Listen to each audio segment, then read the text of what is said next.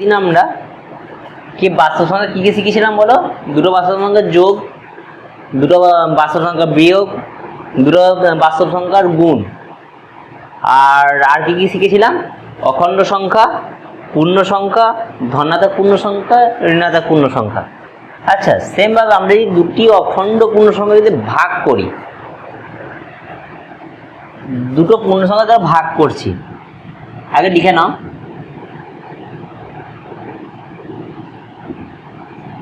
দুটি অখণ্ড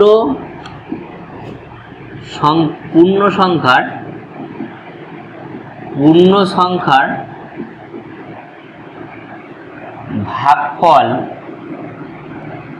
ভাগফল কি হবে?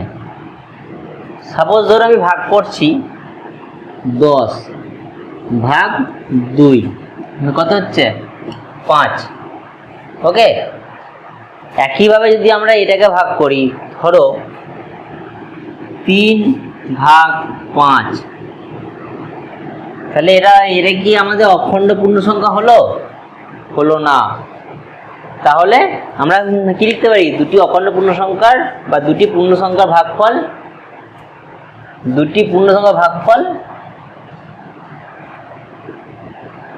কি বলো? পূর্ণ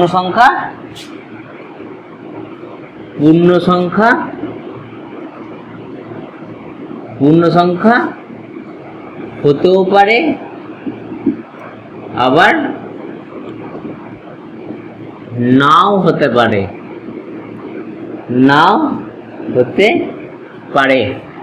ওকে, তাহলে এবার বলো, এরপর পরেরটা কি আসবো? ক্লিয়ার তো কোনো দিক? এবার আমরা নতুন একটা টার্ম শিখবো, মূলদ সংখ্যা। কি বলো? মূলদ সংখ্যা। মূলদ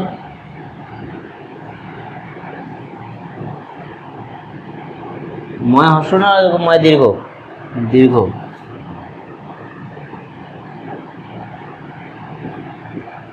মূলদ সংখ্যা। মূলদ সংখ্যাটা কি? তো আমরা মূলদ সংখ্যাকে আমরা এটাই বলি, যখন কোনো সংখ্যাকে আমরা পি বাই কিউর আকারে প্রকাশ করা যায়। পি বাই কিউর আকারে প্রকাশ করা যায়, কিন্তু যেখানে পি আর কিউ কি হবে? যেখানে পি কমা কিউ সমান সমান কি বলো? পূর্ণ সংখ্যা, আর এটা কি হবে? Q not is equal to 0। তাহলে আমার এই দুটো যদি ক্রাইটেরিয়া ফিল আপ করে, কি বলো? পি কিউ পূর্ণ সংখ্যা আর Q not is equal to 0, এই দুটো যদি আমার ক্রাইটেরিয়া পূর্ণ করে, তখন সেটাকে আমরা কি বলবো? মূলদ সংখ্যা।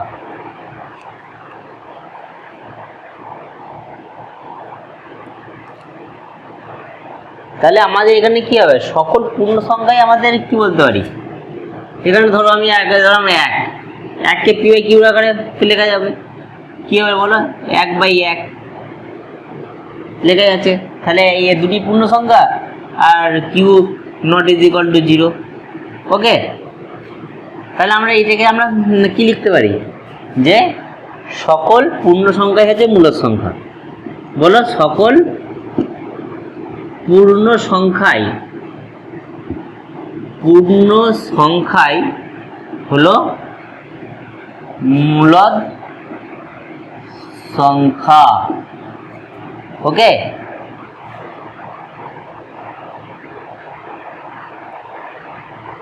তাহলে মূলদ সংখ্যার চিহ্ন কি? মূলদ সংখ্যাকে আমরা ক্যাপিটাল কিউ দিয়ে ডিনোট করি। কি দিয়ে ডিনোট করি বলো? মূলদ সংখ্যা ক্যাপিটাল কিউ। তাহলে আমরা এখানে তিনটে পেলাম, একটা জেড, একটা ডাব্লু, একটা কিউ। ঠিক আছে,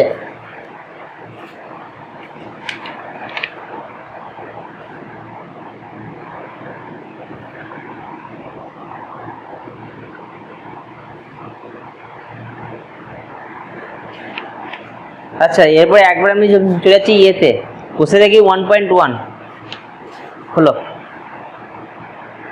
ফার্স্ট প্রশ্ন না কি বলেছে বলো, মূলদ সংখ্যা না কাকে বলে। তাহলে এতক্ষণ সেটাই বুঝিয়ে দিলাম। যে সমস্ত সংখ্যাকে লিখে না তো বলে দিচ্ছি, যে সকল সংখ্যাকে পি বাই কিউর আকারে প্রকাশ করা যায় এবং যেখানে লেখো পি বাই কিউর আকারে প্রকাশ করা যায় এবং যেখানে পি এবং কিউ হচ্ছে কি না পূর্ণ সংখ্যা এবং Q not is equal to 0, তাদেরকে কি বলা হয় মূলদ সংখ্যা। মূল উদাহরণ কি কি হলো, সাপোজ ধরো তাহলে এবার কি হয়, যে 4টি মূল সংখ্যা লিখতে বলেছে। ধরো আমি লিখলাম 4, একটা লিখলাম ধরো 4/3 হয়েছে।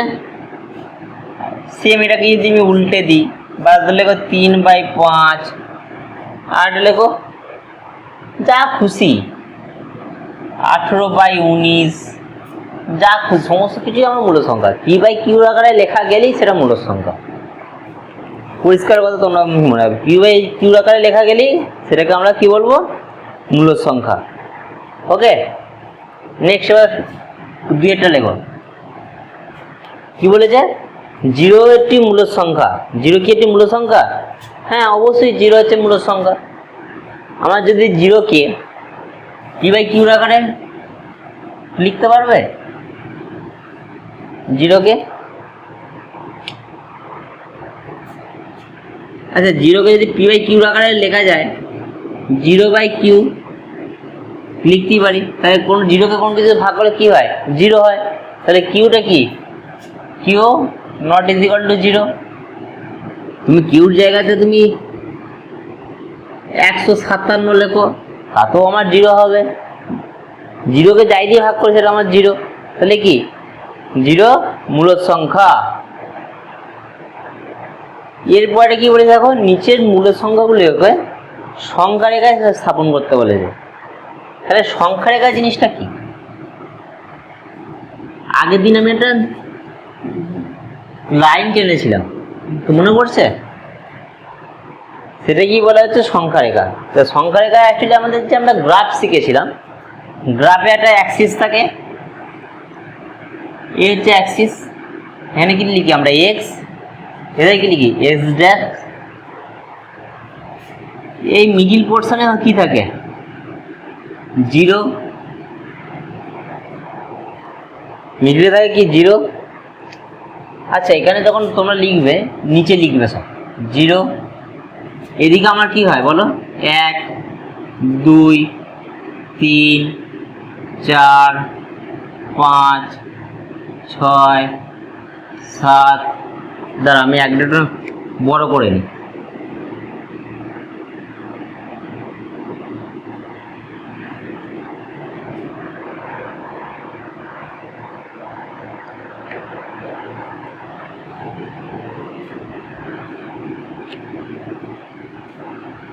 आठ 9 10 11 12 সেমভাবে 11 -1 -2 -3 -4 -5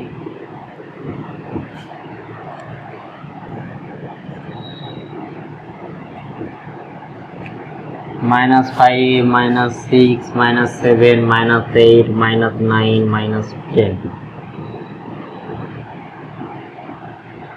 ওকে, তাহলে এবার কি বলেছে প্রথমেটা বলো, প্রথমেটা মূল সংখ্যা কি বলেছে 7। তাহলে 7 কোনখানে আছে?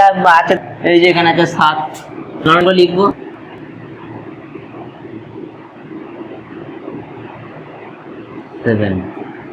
ওকে, নেক্সট কি আছে বলো ভাই, এইখানটাতে একটা তীর চিহ্ন দিতে পারো, এইখানে একটা তীর চিহ্ন দিতে পারো, আর এইখানটাতে গোল পাকিয়ে দিতে পারো। ওকে, এরকম করে দেবে 7। তাহলে কত বলেছে 2 -4, -4টা কোথায় হবে বলো, এইখানটায় -4। তারপরে কি বলেছে বলো 3/5। দেখো এখানে যেটা বলেছে 3/5, তাহলে 3/5 কি 3/5, তাহলে 3/5কে যদি আমি দশমিকে করি তাহলে কত যাচ্ছে বলো? 0.6। তাহলে 0.6 মানে কত? 0 থেকে 1-এর মিডিলে হবে। 0.6 মানে এখানে কত? 0.5 যদি ধরি এরকম জায়গাটায় হবে। তাহলে এরকম জায়গাটা ধরো,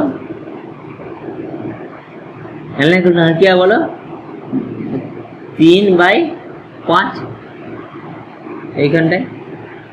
ওকে, নেক্সট কি আছে বলো? 9/2। তাহলে 9/2কে ভাগ করলে কত হচ্ছে বলো? 4.5।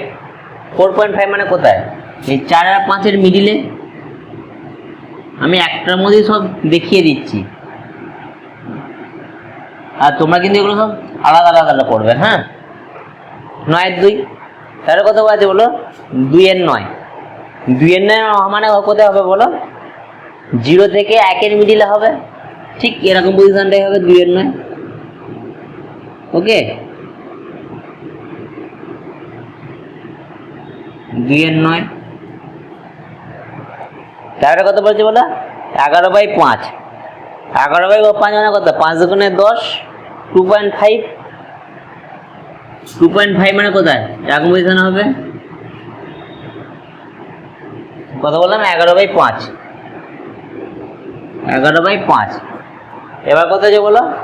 -13/4। -13/4 মানে কত? 4 3 12, 3.14 মতো, 3 পয়েন্ট সামথিং হচ্ছে। তাহলে কোথায় হবে? 3 আর 4-এর মিডিলে। দেখো কত আছে? 13/4। 13/4 ভাগ করা কত? 4 3 12, 1.0, 4 2 8, 20, মানে 3.25 হচ্ছে। 3 আর 4-এর মিডিলে এরকম পজিশনটাই হবে। ওকে, কত বলো? -13/4। ক্লিয়ার হয়েছে?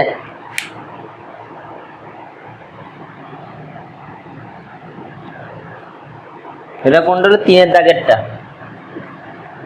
ক্লিয়ার?